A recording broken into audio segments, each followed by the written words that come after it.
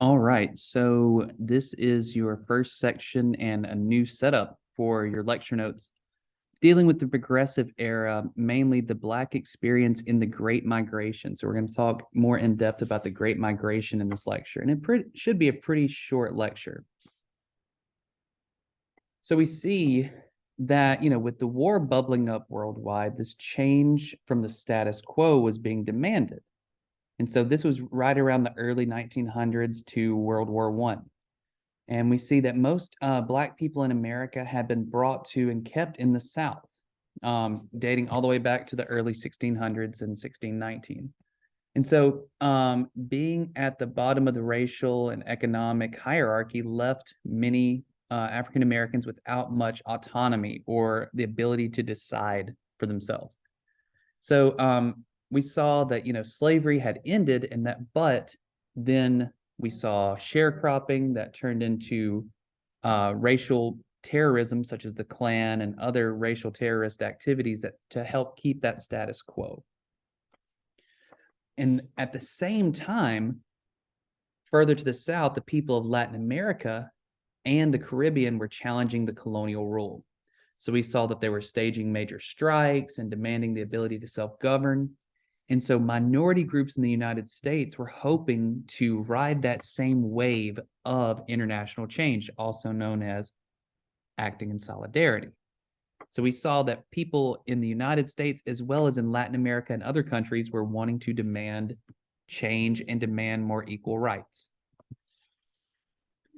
And so we see that the minority groups in the United States wanted to harness the change to demand international change.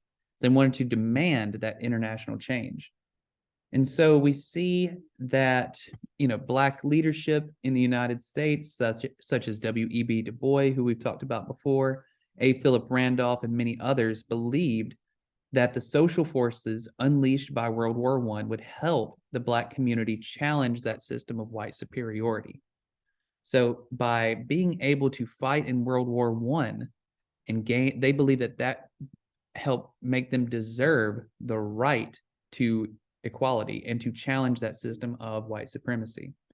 And so the movement for equality kind of coincided with the value and power of Black lives becoming more evident than at any time after slavery. So this was a huge monumental moment that was taking place during the progressive era.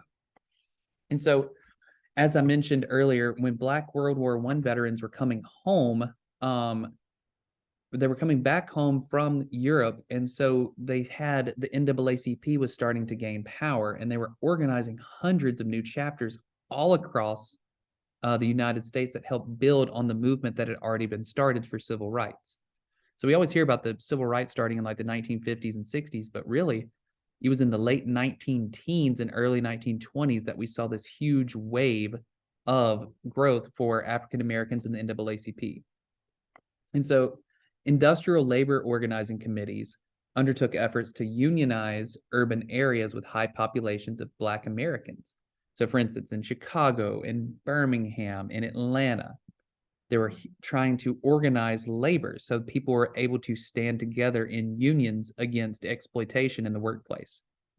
At the same time, Black voters were beginning to participate in elections in the North. Now, emphasize on the North. So they were actually being able to have that right to vote that had been guaranteed close to 60 years earlier almost.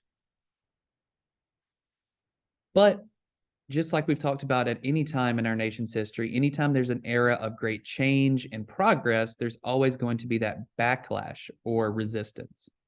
And so the rise in racism was a response to the effective struggles against white supremacy. And so there was this sense of hope among the Black community during the progressive era. And, tens of thousands of African Americans saw this time period as a great opportunity to leave the racism of the South behind and move to other areas, either in the North or the West, hoping to escape that racism.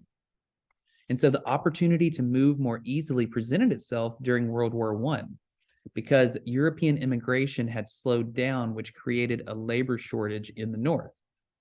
So we didn't have a huge influx of immigrants from Europe. We also had tens of thousands of men and women fighting in the war. So there was a huge opening for jobs. And so companies began recruiting Black Southerners to work in the steel mills, the railroads, and factories. And so they were often brought in as strike breakers, and they were paid less than other workers and used as sometimes scapegoats for unemployment. And so this generational economic inequality had a devastating cumulative effect. So intergenerational and generational economic inequality had this huge negative effect because, like we mentioned before in previous classes, it's hard to build wealth when there's not that base to begin with. It's hard to build wealth to hand down to your children and your children's children. And so people of color would be systematically prevented from passing down meaningful wealth to their children. And so, for instance, the bulk of that household wealth in America, perhaps as much as 80% of wealth comes from inheritance and not just working. So the majority of wealth that is handed down in our country, we get from our family, not from what we make ourselves. And so Jim Crow and what became known as Juan Crow would ensure that Black and Latino people in the United States would not have that financial legacy to leave to future generations. And that's why we see such a vast difference in wealth among races. There's that gulf of wage or wealth inequality. And so this great migration that I talked about, as you see in this picture right here, during this time period, there was as many as 6 million Black families that would escape Jim Crow and second-class citizenship and racial terrorism in the South and leave for the North or the West. So 6 million people over the course of 6 years. Excuse me, 6 decades or 60 years.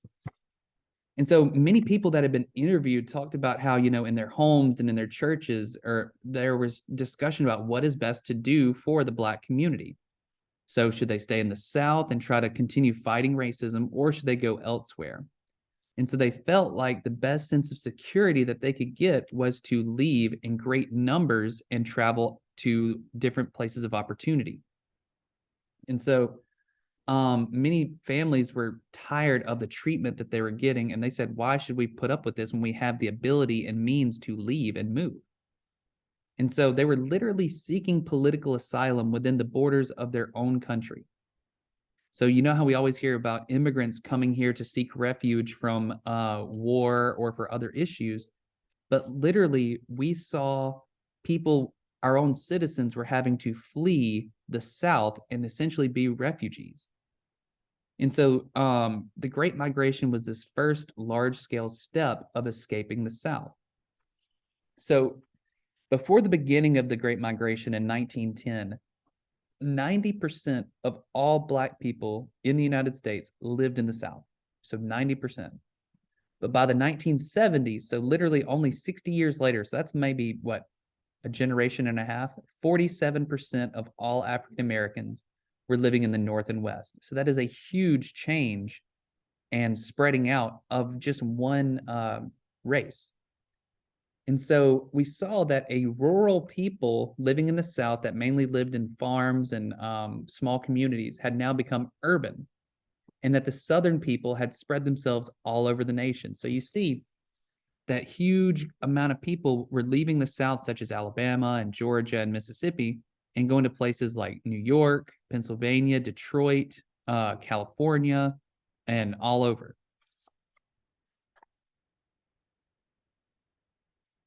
But like any time, we see that there was a backlash, a strong backlash at that. And so Black aspirations for economic advancement were seen as a threat. So when people started succeeding, those who had already been in power saw it as a threat to their power, even though there wasn't really that threat. They just perceived it that way.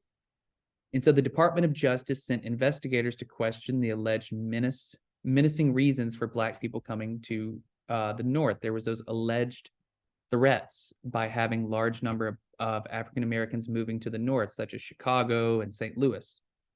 And the media played a huge role in this as well. They encouraged the public to view Black people as threats. So the media played such a major role and ensuring that African Americans were treated as threats. And so, for instance, here's a headline from the St. Louis Times at that time. It was said, "Black flocks in from the South to evade draft." So they're making African Americans out to be the aggressor or as a threat and as unpatriotic by saying that they were trying to evade the draft. And so this thing known as the Red Scare, which was a fight against communism, it was designed to undermine the immigrant working class and Black agitation for more rights. So we always hear about them going after, air quote, communist during that time, but really it was a way to prevent immigrant groups and African Americans from gaining too much power or wealth. And so these state and federal authorities use these powers granted to them through what's known as the Espionage Act and the Sedition Act, which we'll talk about in a later unit, to disrupt, peaceful, legitimate protests. And so they used their power with their focus being on control. They ignored these real crimes and only focused on making racial tensions worse in the United States. So they would turn a blind eye to racial violence that was done by the Klan and other white hate groups against immigrants and against African Americans. And instead, they would flip that narrative to make them look like the bad guys and make white people look like the victims. So we're going to go more into this in the next lecture, talking about the increase in lynchings and racial violence across the nation. But just to give you an example, we saw in the 2 years leading up to the Chicago race riots of 1919, the homes of Black people were bombed time and time again throughout Chicago, but there was never any investigations and no suspects were ever found. And so as we saw, that's just another example of state and federal authorities and police, turning a blind eye to it. And so then we see the government turned a blind eye to the escalation of violence as well, with the rebirth of the Klan in the South in the early 1920s, and as well as the escalation of violence against Black people who even fled north.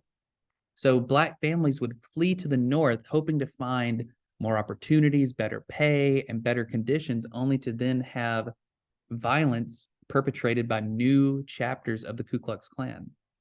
So the government had the opportunity to, put that down and end it, but yet they investigated the illegal suppression of Black voters. They focused on rather preventing Black voter, or instead of actually investigating these things that were happening to Black voters, such as voter suppression and violence, they completely ignored it. And actually, even in the North and the Midwest, they ignored the suppression of voters as well.